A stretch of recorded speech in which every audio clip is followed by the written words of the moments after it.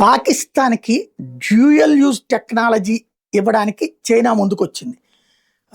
ఏదైతే industrial support ఇవ్వడానికి ముందుకొచ్చింది. తద్వారా అంటే భారతదేశాన్ని దెబ్బతీయడానికి పాకిస్తాన్‌కి కావాల్సినటువంటి సహాయం అంతా చేసేటటువంటి చైనా.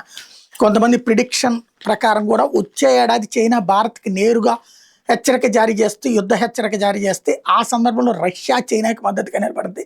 అమెరికా భారత్‌కి అండగా నిలబడుతుంది. తద్వారా రష్యాకి భారత్ దూరం అవుతుంది అన్నటువంటిది కొంతమంది జ్యోతిష్కులు చెప్తున్నారు. అది ఎంతవరకు నిజమో వచ్చే ఏడాది తేలబోతుంది.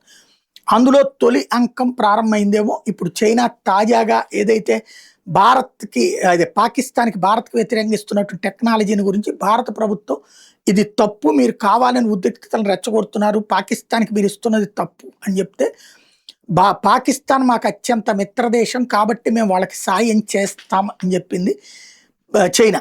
దానికి ప్రతిగా మేము అన్నిటికీ సిద్ధంగానే ఉన్నాము.